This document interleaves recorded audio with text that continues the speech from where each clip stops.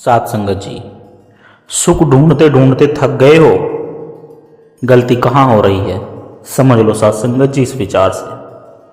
प्यारी सात संगत जी, प्यार से कहना धन्य निरंकार जी। सात संगत जी, आज हम उस सत्य की चर्चा करेंगे जिसे जानने के बाद कुछ भी जानना शेष नहीं रह जाता। अक्सर हम संसार में खुद सुख खोजते हैं, पर क्या हमने कभी विचार किया है सात संगत की असली सुख और केवल सुखी होने का आभास में क्या अंतर है। सात संगत जी, सुख उसे कहते हैं जिसको प्राप्त करने के लिए फिर कुछ प्राप्त करना बाकी ना रहे।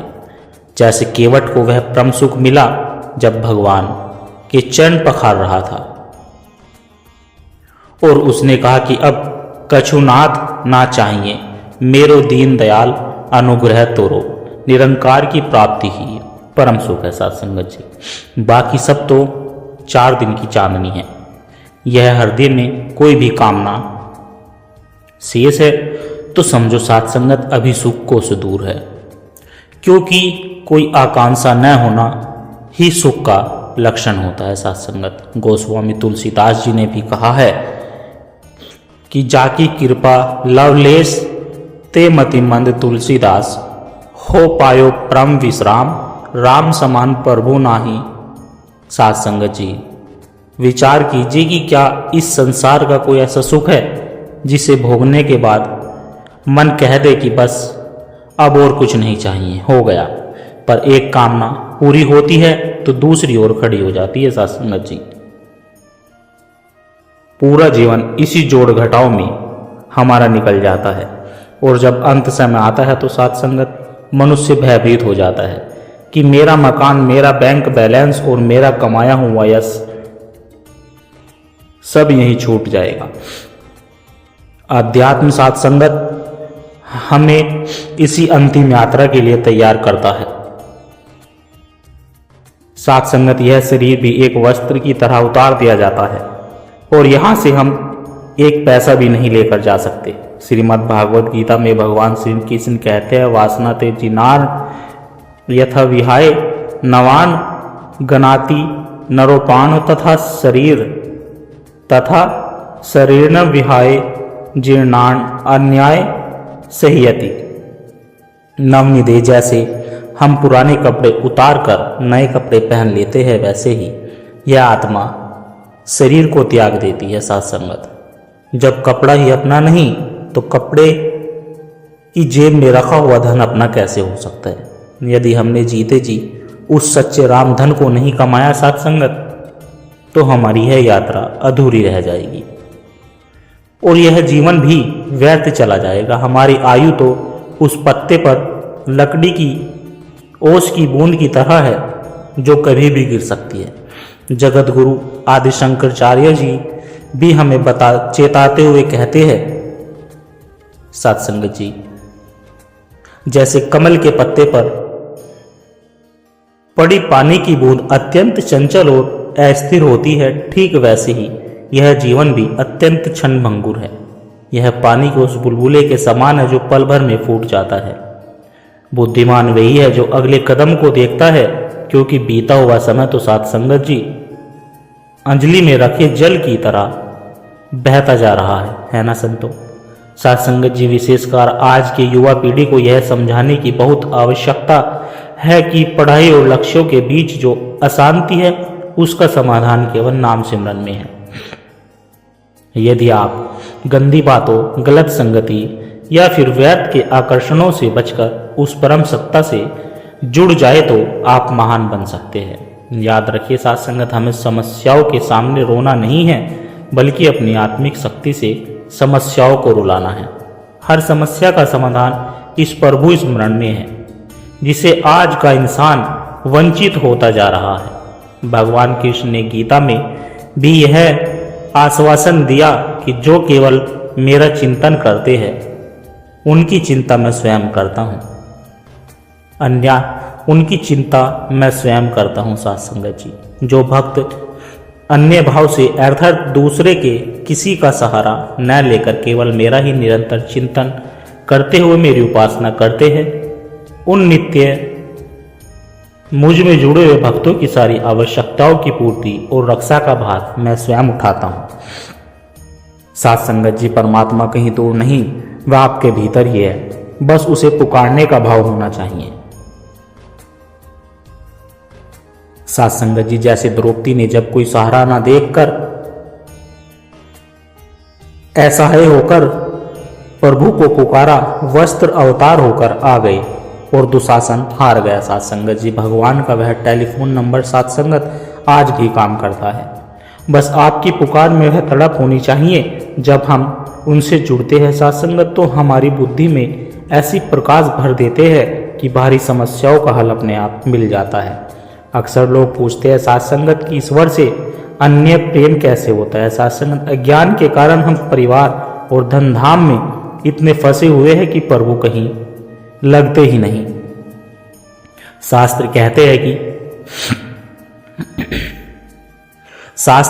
हैं कि जननी जनक बंधु सुत धरा तनु धन धाम, सोहरी परिवारा सबकी ममता टाग बटोरी मम पदमान। मम पदमान ही बांध बटोरी। इसका अर्थ साथ संगत यह नहीं कि परिवार छोड़ दो, बल्कि यह है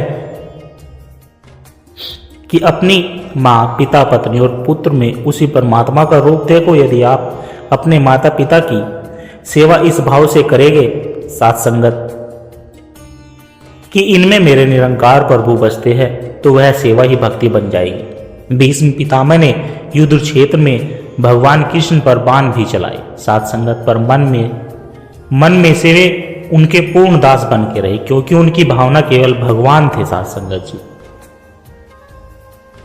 संगत जी, जैसे बिजली एक ही है पर वह पंखे और बल्ब दोनों को चलाती है, वैसे ही हर जीव में बैठा चैतन्य वही एक प्रभु है। साथ संगत जी, जब यह बोध साथ संगत जागृत हो जाता है तो व्यवहार शुद्ध हो जाता है। महाराष्ट्र के भक्त पुंडरीक ने अपने माता पिता की ऐसी निष्काम सेवा की, साथ संगत की स्वयं भगवान द्वारिकाधीश उनके द्वार पर आ गए।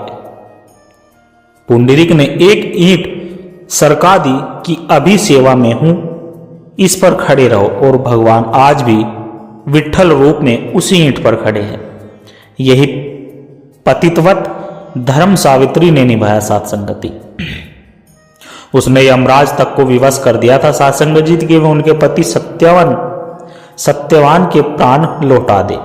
यह समर्थ कहां से आई साथ संगत? यह समर्थ उस अटूट विश्वास और सेवा भाव से आती है जिसने पति को ही परमेश्वर मान लिया। साथ संगत जी, आज समाज में जो बिखराव है, जो प्रतिप्रिय में अविश्वास है, वह इसलिए है क्योंकि साथ संगत जी हमने इंसान को केवल हार्ड मास का पुतला मान रखा है। गोस्वामी तुलसीदास जी कहते हैं कि सियाराम ने सब जग जानी, यदि हम अपने परिवार को प्रभु का रूप मानकर प्यार करें तो वही हमारी भक्ति बन जाती है। साथ संगत जी, सेवा और सुमरन का यह मार्ग ही हमें उस आनंद तक ले जाएगा जहां संसार का मोह हमें बांध नहीं पाता। साथ संगत, हमने जाना कि कैसे अपने गृहस्थ और कर्तव्यों को निभाते हुए हम उस परमात्मा से जुड़ सकते हैं। लेकिन साथ संगत जी, जीवन के इस सफर में अब एक बड़ा प्रश्न उठता है कि सफलता और असफलता के हिचकोलों को कैसे संभाला जाए। हम अक्सर सोचते हैं कि अगर हम कड़ी मेहनत करेंगे तो जीत हमारी ही होगी, लेकिन साथ संगत जी, चाहे हम खेल के मैदान में हो या फिर जीवन के संग्राम में हो, सफलता केवल हमारे अभ्यास या फिर एफर्ट पर निर्भर करती है, बल्कि एफर्ट पर निर्भर नहीं करती, बल्कि उसके साथ हमारे प्रारब्ध यानी कि डेस्टिनी का भी गहरा जुड़ाव होता है। जैसे अर्जुन युद्ध भूमि में थे साथ संगत, वैसे ही आज का मनुष्य अपने अपने कर्म क्षेत्र में संघर्ष कर रहा है कि नहीं साथ संगत? भगवान कृष्ण ने गीता में स्पष्ट कहा है, सुख दुखे समय कर्तवा लाभा लाभो जया जय, यानी कि सुख दुख लाभ हानि और जय पराजय को समान मानकर अपना कर्म करो। लेकिन यह कहना बड़ा आसान है और करना बड़ा कठिन। साथ संगत, कई बार हम देखते हैं कि हमारी तैयारी पूरी होती है, हमारा अभ्यास यानी कि प्रैक्टिस 100% होती है, फिर भी परिणाम हमारे पक्ष में नहीं आता। ऐसा क्यों होता है संतों? क्योंकि वहाँ हमारा प्रारब्ध हमारे प्रयास से अधिक प्रबल हो जाता है। इसे समझने के लिए महाभारत का वह दृश्य याद कीजिए साथ संगत जी, जिसे हम सब ने सुना है। महापराक्रमी भीष्म पितामह, जिनके पास इच्छा मृत्यु का वरदान था, जो अजय थे, उन्होंने भी बहुत प्रयास किया था साथ संगत। उन्होंने अपनी सारी रणनीति, योजना और शक्ति लगा दी थी अपने कर्तव्यों को पूरा करने के लिए, पर अंत में बाणों की सैया पर ही लेटना पड़ा। शरीर का रोम रोम छिदा हुआ था। कथा आती है साथ संगत कि जब भीष्म पितामह बाणों की सैया पर थे तो उन्होंने भगवान कृष्ण से पूछा कि केशव, मैंने अपने पिछले 100 जन्मों को देखा है, मैंने कभी किसी का बुरा नहीं किया, फिर मुझे यह बाण की चुभन और यह कष्ट क्यों मिल रहा है? तब भगवान कृष्ण ने मुस्कुराकर कहा कि आपने 100 जन्म देखे, एक जन्म और पीछे जाइए। 101वें जन्म में आप एक राजकुमार थे और शिकार पर जाते समय आपने एक करकट्ठा यानी कि जो सांप जैसे जीव को कांटों में फंसाकर फेंक दिया था, जिससे उसके शरीर में कांटे चुभ गए थे। आज वही क्रम प्रारब्ध बनकर आपके सामने खड़ा है। साथ संगत जरा सोचिए, अगर भीष्म पितामह जैसे महापुरुष, जिनका तप और त्याग इतना महान था, वह अपने क्रम बंधन और प्रारब्ध से नहीं बच सके तो हम और आप किस गिनती में आते हैं? साथ संगत जब प्रारब्ध सामने आता है तो बाणों की सैया भी स्वीकार करनी पड़ती है। और तो और साथ संगत स्वयं भगवान श्री कृष्ण, जो इस सृष्टि के रचयिता है, जब मानव देह में आए तो उन्हें भी प्रारब्ध की मर्यादा रखनी ही पड़ी। एक शिकारी का बाण उनके पैर में लगा और उसी बहाने उन्हें देह का त्याग कर दिया।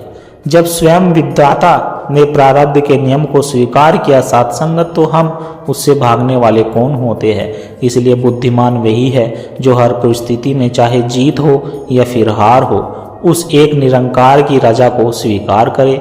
जहाँ विधि राखे राम, तहाँ विधि रहिए। और यह शक्ति साथ संगत, यह ठहराव केवल और केवल सिमरन से ही प्राप्त होता है।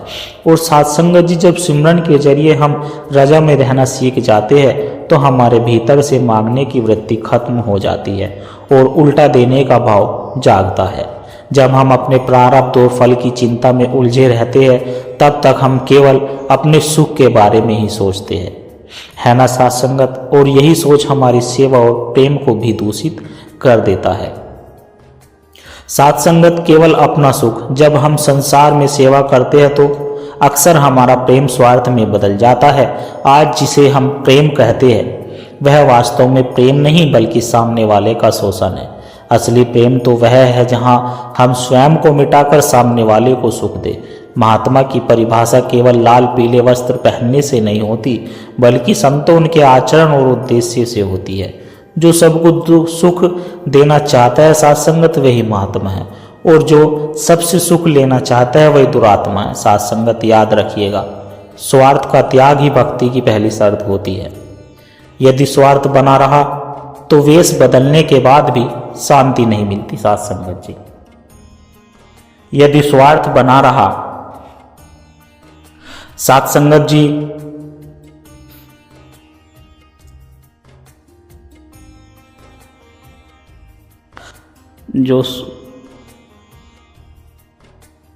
यदि स्वार्थ साथ संगत जी, यदि स्वार्थ बना रहा तो वेश बदलने के बाद भी शांति नहीं मिलती, है ना संतो? यही स्वार्थ हमें तृष्णा की ओर ले जाता है। साथ संगत जी, यह मन बार बार उन्हीं भोगों की ओर भागता है जिन्हें हमने पहले ही भोग चुके हैं। पर क्या उन भोगों में कभी तृप्ति मिलती है? नहीं मिलती। विचार कीजिए साथ संगत जी, जैसे कोई रेशमी थैली बाहर से बहुत सुंदर दिखे पर उसके अंदर गंदगी भरी हो, क्या आप उसे गले लगाएंगे? यह शरीर भी तो साथ संगत बाहर से बहुत चिकना है पर भीतर मल मूत्र का भंडार है। ज्ञानी पुरुष इसी दोष दर्शन के द्वारा तृष्णा से मुक्त हो जाते हैं। शास्त्र सम्मत मार्ग पर चलना ही साथ संगत आनंद का आधार होता है। जो काम क्रोध के विरुद्ध है, काम धर्म के विरुद्ध है, वह पाप और बुद्धि को नष्ट कर देता है। लेकिन साथ संगत जो काम मर्यादा में होती है वह साक्षात ईश्वर का रूप है। ऐसे मैं नहीं संत कहते हैं।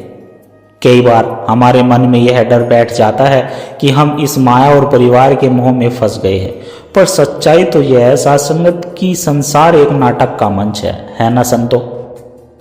आपको यहाँ किसी का पुत्र या किसी की पत्नी या किसी का पति फिर किसी का भाई बनाया गया है। आपको बस अपना रोल पूरी ईमानदारी से निभाना है, पर अंदर से यह जानना है कि आप इस शरीर से परे अविनाशी आत्मा है। जैसे सात संगत एक बगीचे में रास्ता जानने वाला व्यक्ति आनंद लेता है और रास्ता न जानने वाला घबरा जाता है, वैसे अध्यात्म का ज्ञान हमें इस संसार रूपी बगीचे में मजे लेना सिखाता है, ना कि डरना। अक्सर हम अपने परिवार के लिए ही सिमरन करते हैं कि वे सुखी रहे। साथ संगत जी, यह भी एक सूक्ष्म मोह है, पर घबराइए नहीं। जब इस प्रभु परमात्मा की शरण में आते हैं तो उसकी 21 पीढ़ियों का कल्याण स्वयं परमात्मा कर देते हैं। जैसे सरकारी अधिकारी के परिवार को रेलवे में विशेष सुविधा मिलती है साथ संगत, वैसे ही भक्त के परिवार का योगक्षेम स्वयं निरंकार परमात्मा वहन करता है। बस अपना सर्वस्व पहले प्रभु को समर्पित कर दो, फिर जो कुछ भी कहोगे वह सेवा बन जाती है। जब भगवान नरसिंह प्रहलाद पर प्रसन्न हुए थे तो प्रहलाद ने अपने पिता यानी कि हिरण्यकश्यप की मुक्ति मांगी। तब भगवान ने कहा, त्रिशब्द वीर पिता पुत्र, पितृ भी सहते अनग यद्र साधो, अस कुले जातो वा भवान वेल्लु पावना। अर्थात सात संगत, हे निष्पाप प्रहलाद, तुम्हारे जैसे भगवत भक्त जिस कुल में जन्म लेते हैं वह कुल पवित्र हो जाता है। तुम्हारे पिता ही नहीं बल्कि उनकी 21 पीढ़ियां पवित्र हो गई है। सात संगत जी, हमारे भीतर की सबसे बड़ी बाधा हमारा अतीत है। पुरानी बातें, पुरानी करवटें हमारे वर्तमान में जीने नहीं देती। हमें अपने मन के हार्ड डिस्क से इन बातों को डिलीट करना सीखना होगा। जैसे 10 साल पुरानी गलती भी आज याद आने पर जलन पैदा कर देती है, वैसे ही हमारे जन्म जन्मांतर के संस्कार हमें परेशान करते हैं। इन्हें मिटाने का एकमात्र तरीका है सिमरन की डोरी को पकड़ लेना। यदि आपने नाम सिमरन को पकड़ लिया तो ध्यान और ज्ञान अपने आप आ जाएंगे। डाकू रत्नकार जो बाद में वाल्मीकि बने, उनका अतीत हिंसा और पापों से इतना भर गया था सात संगत जी की उनके मुख से पवित्र राम नाम निकल भी नहीं पा रहा था। तब नारद मुनि ने उन्हें केवल सिमरन की डोरी थमाई और मरा यानी कि उल्टा नाम जपने को कहा। रत्नकार ने अतीत की चिंता छोड़कर एकाग्रता से सुमरन किया, जिससे उनके जन्म जन्मांतर के हिंसक संस्कार मिट गए। सुमरन का प्रभाव ऐसा हुआ सात संगत की एक अनपढ़ डाकू के भीतर स्वयं ब्रह्म ज्ञान प्रकट हो गया और उन्होंने बिना किसी शिक्षा के रामायण जैसा महाकाव्य रच दिया। यह कथा सिद्ध करती है सात संगत की जब हम सिमरन की डोरी थाम लेते हैं तो अतीत का भारी बोझ उतर जाता है और वाल्मीकि जी की तरह ज्ञान और ध्यान अपने आप हृदय में प्रकट हो जाता है। सात संगत जी, भक्ति के मार्ग में श्रद्धा पहली पीढ़ी है और प्रेम अंतिम लक्ष्य है। शास्त्र कहते हैं कि श्रद्धावान लभते ज्ञानम, बिना श्रद्धा के ना ज्ञान मिलता है और ना शांति मिलती है। सात संगत जी, निरंकार पर कभी शक मत कीजिए। वे हमारे नौकर नहीं जो हमारी हर शर्त पूरी करे, वे हमारे परम पिता है। अगर जीवन में कोई दुख है, परेशानी है या फिर कोई काम नहीं बन रहा है तो वह हमारा अपना प्रयास की कमी और प्रारब्ध है। सात संगत जी, उसमें ईश्वर का कोई दोष नहीं है।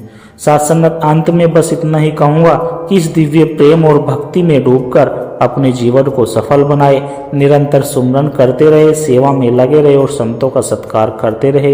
यही जीवन का सार है और यही मुक्ति का द्वार है। सात संगत जी, प्यार से कहना धन निरंकार जी। सात संगत जी, आशा करता हूँ दास के द्वारा कहे विचार आप सभी संतों को अच्छे जरूर लगे होंगे। अगर अच्छे लगे हो तो वीडियो को लाइक करें, शेयर करें, कमेंट बॉक्स में धन निरंकार जी लिखकर दास के चैनल को सब्सक्राइब जरूर करें। और प्यारे संतों, एक छोटी सी अरदास और है। अगर इन विचारों ने आपके दिल को छुआ है, अगर आपको इन विचारों से आत्मिक शांति का एक कण भी महसूस हुआ है तो इस ज्ञान के प्रसाद को केवल अपने तक सीमित ना रखें, इस प्रेम के पैगाम को आगे औरों तक भी पहुंचाए, क्योंकि सात संगत जी, एक दिए से ही दूसरा दिया जलता है। जब हम इस सत्य की आवाज़ को और रूहों तक पहुंचाने का माध्यम बनते हैं तो यह भी निरंकार की एक बहुत सुंदर सेवा ही होती है। और इस ज्ञान की धारा से सतगुरु के इन विचारों से निरंतर जुड़े रहने के लिए आप हमारे सत्संग के डिजिटल परिवार का हिस्सा बन सकते हैं। ताकि जब भी कोई नया विचार साझा हो वह आप तक सहज ही पहुंच जाए और हम एक दूसरे के विश्वास से बल मिलता रहे। सतगुरु हम सबके छोटी छोटी सेवाएं स्वीकार करे और दास को भी यह आशीर्वाद दे साथ संगत जी की दास हर रोज आप जी के चरणों में ऐसे ही सुंदर सुंदर प्रेरणादायक कहानी विचार लेकर आता रहे। साथ संगत जी प्यार से कहना, धन निरंकार जी।